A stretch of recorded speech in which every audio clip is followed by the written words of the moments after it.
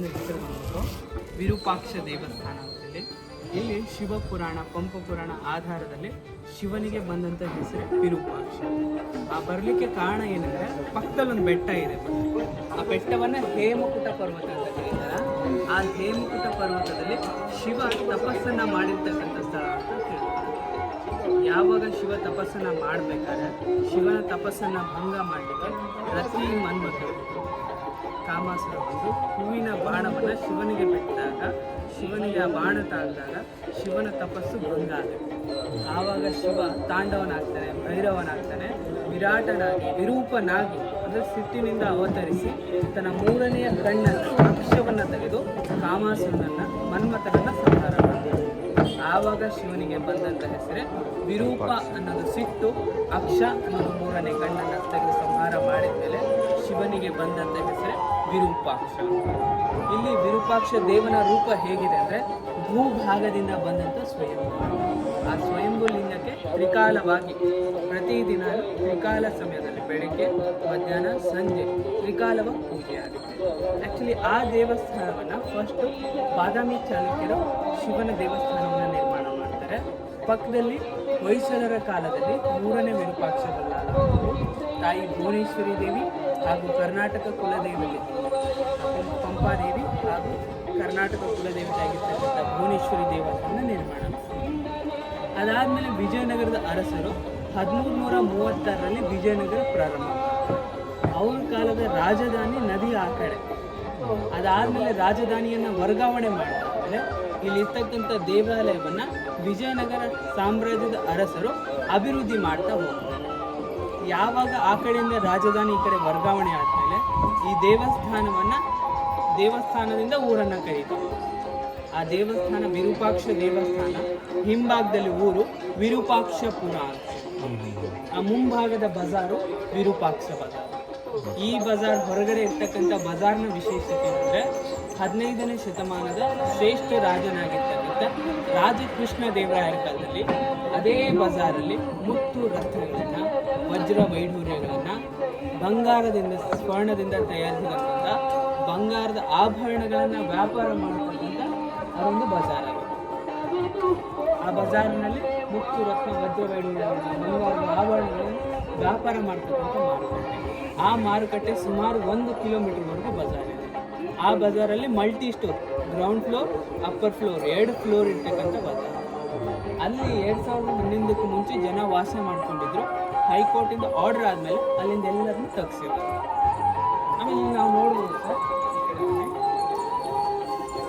ನಮ್ಮ ವಿರೂಪಾಕ್ಷ ದೇವಸ್ಥಾನದ ಇಲ್ಲೇನು ನಾವೇನು ವಿಜಯನಗರ ಸಾಮ್ರಾಜ್ಯದಲ್ಲಿ ಈ ಪೂರ್ತಿ ದೇವಾಲಯಗಳು ದ್ರಾವಿಡನ್ ಆರ್ಕಿಟೆಕ್ಚರ್ ನಿರ್ಮಾಣ ಆಗ್ತವೆ. ಈ ದ್ರಾವಿಡನ್ ಆರ್ಕಿಟೆಕ್ಚರ್ನ ಮುಖ್ಯ ಲಕ್ಷಣಗಳು ಈ ದೇವಾಲಯದ ಮುಂಭಾಗದ ಗೋಪುರಗಳು ಅಂತ ಕರೀತಾರೆ. ಇವುಗಳನ್ನು ಗೋಪುರಗಳಂತ ಯಾಕೆ ಕರೀತಾ ಇದ್ದಾರೆ ಅಂದರೆ ಮೇಲ್ಗಡೆ ನೋಡುವುದು ನಿಮಗೆ ಹಸುವಿನ ಕೊಂಬಿನ ಆಕಾರದಲ್ಲಿ ಕಾಣುತ್ತೆ. ಅದಕ್ಕೋಸ್ಕರ ಗೋಪುರಗಳು ಗೋವಿಗೆ ಹೋಲಿಸ್ತೀನಿ.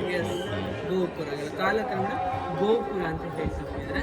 ಈ ವಿಜಯನಗರ ವಾಸ್ತುಶಿಲ್ಪದಲ್ಲಿ ದೇವಾಲಯಗಳು ಹೇಗೆಲ್ಲ ನಿರ್ಮಾಣ ಮಾಡ್ತಾ ಹೋಗಿದೆ ಅಂದರೆ ಇಲ್ಲಿರ್ತಕ್ಕಂಥ ಸಂಪನ್ಮೂಲ, ಸುತ್ತಲಿರ್ತಕ್ಕಂಥ ಸಂಪನ್ಮೂಲಗಳು, ನ್ಯಾಚುರಲ್ ಸೋರ್ಸಸ್ ಏನೇನಿದೆ ಅಂದರೆ ಈ ಬೆಟ್ಟ ಗುಡ್ಡಗಳ ಕಲ್ಲು ಬಂಡೆಗಳು. ಈ ಕಲ್ಲು ಬಂಡೆಗಳನ್ನೇ ತಗೊಂಡು ಇಲ್ಲಿ ದೇವಾಲಯಗಳಿಗೆ, ಬಜಾರ್ಗಳಿಗೆ, ಆಮೇಲೆ ಜನವಾಸ ಪ್ರದೇಶಗಳಿಗೆ ಎಲ್ಲದಕ್ಕೂ ಈ ಕಲ್ಲು ಬಂಡೆಯನ್ನೇ ಬಳಸ್ಕೊಂಡು ಹೋಗಿದ್ದೀವಿ. ಇಲ್ಲಿರ್ತಕ್ಕಂಥ ಕಲ್ಲು ಬಂಡೆಯಲ್ಲಿರ್ತಕ್ಕಂಥ ಕಲ್ಲುಗಳನ್ನೇ ತೆಗೆದು ಕೆಳಭಾಗದ ಬೇಸನ್ನು ಕಂಪ್ಲೀಟಾಗಿ ಸ್ಟೋನಿಂದ ಮಾಡ್ತಾ ಹೋಗ್ತಾರೆ.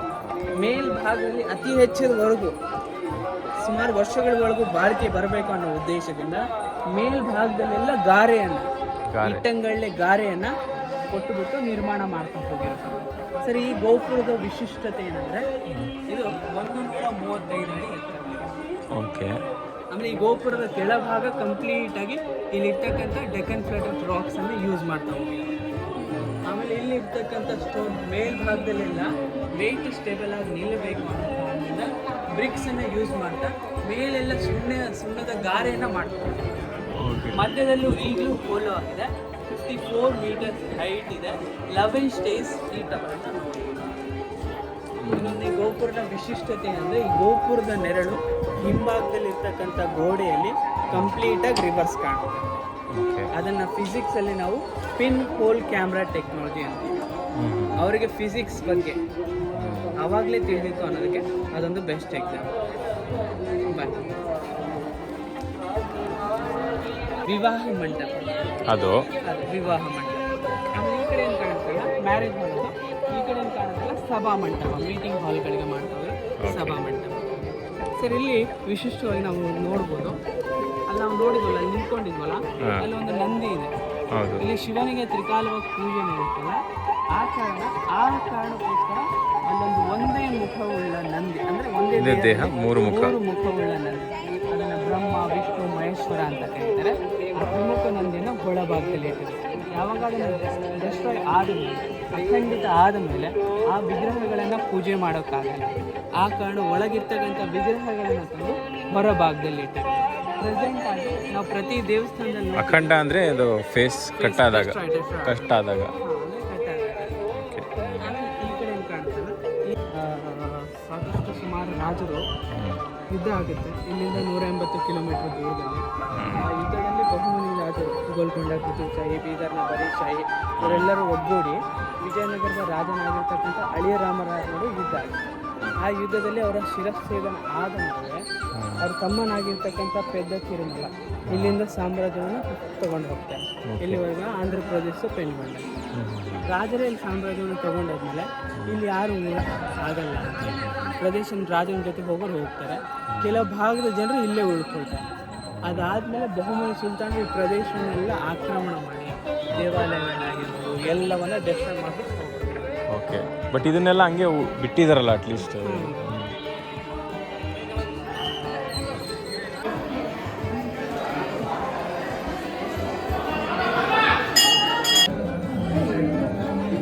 ಸರ್ ಇಲ್ಲೇನು ಕಾಣುತ್ತಲ್ಲ ಅದೇ ಮುಖ್ಯವಾಗಿರ್ತಕ್ಕಂಥ ಮೊದಲನೇ ದ್ವಾರದ ಗೋಪುರಗಳು. ಸರ್ ಆ ಗೋಪುರದ ನೆರಳು ಯಾವಾಗ ಈ ಚಿಕ್ಕ ಹೋಲ್ಗಳಿಂದ ಹೊರಗಡೆ ಬರುತ್ತೆ ಆಟೋಮೆಟಿಕಾಗಿ ರಿವರ್ಸ್. ಇದನ್ನೇ ಸರ್ ಬೆಳಕಿನ ವಕ್ರೀಭವನ ಅಂತ ಕರೀತೀವಿ ನಾವು. ಸರ್ ಇದು ನಂದಿಯ ಪೀಠ. ಎರಡನೇದೇನು ಕಾಣ್ತಾ ಇದೆ, ಇದು ಧ್ವಜಪೀಠ. ಈ ಧ್ವಜಪೀಠವನ್ನು ಈಗ ಪ್ರೆಸೆಂಟ್ ಆಗಿ 3 ಟೈಮ್ ಚೇಂಜ್ ಮಾಡಿದ್ದಾರೆ. ಆಮೇಲೆ ಇಲ್ಲಿ ನೋಡಿ ಇದೇನು ಕಾಣ್ತಲ್ಲ, ಶಿವದೇವರಿಗೆ ಇಲ್ಲಿ ತ್ರಿಕಾಲವಾಗಿ ಪೂಜೆ ನಡೆಯುತ್ತೆ. ಆ ನೈವೇದ್ಯವನ್ನು ಪ್ರಸಾದವನ್ನು ಅರ್ಪಣೆ ಮಾಡೋ ಪ್ರಸಾದ ಪೀಠ. ಅದಾದ್ಮೇಲೆ ಅಲ್ಲೇನು ಕಾಣ್ತಿಲ್ಲ, ಅದು ಶಿವನ ಹತ್ರ ಕೋರ್ಕೊಳ್ಳೋ ಬಯಕೆಗಳನ್ನು ಈಡೇರಿಸ್ಕೋಸ್ಕರ ಕೈಯನ್ನು ಇಟ್ಬಿಟ್ಟು ವಿಶಸ್ಗಳನ್ನು ಕೇಳಿದ್ರು ವಿಶಸ್ ಪೀಠ ಸಿಗುತ್ತೆ, ಹರಕೆ ಪೀಠ. ಅದಾದ್ಮೇಲೆ ಇನ್ನೇನು ಕಾಣುತ್ತಲ್ಲ, ಇದು 500 ವರ್ಷದ ಹಿಂದೆ ದೇವಸ್ಥಾನದಲ್ಲಿ ಎಲೆಕ್ಟ್ರಿಸಿಟಿ ಇರಲಿಲ್ಲ. ಆವಾಗ ಈ ದೇವಾಲಯ ಬೆಳಕಿಗೋಸ್ಕರ ದೀಪಸ್ತಂಭಗಳು ಅಂತ ಮಾಡ್ಕೊಂಡು ಇದೊಂದು ದೀಪಸ್ತಂಭ. ಇದು ದೀಪಸ್ತಂಭ. मेरा ये चैनल सब्सक्राइब करें और मेरे हर अपडेट आपको मिले, इसके लिए बेल आइकन जरूर दबाइएगा। आप सभी को मेरी ढेर सारी शुभकामनाएं।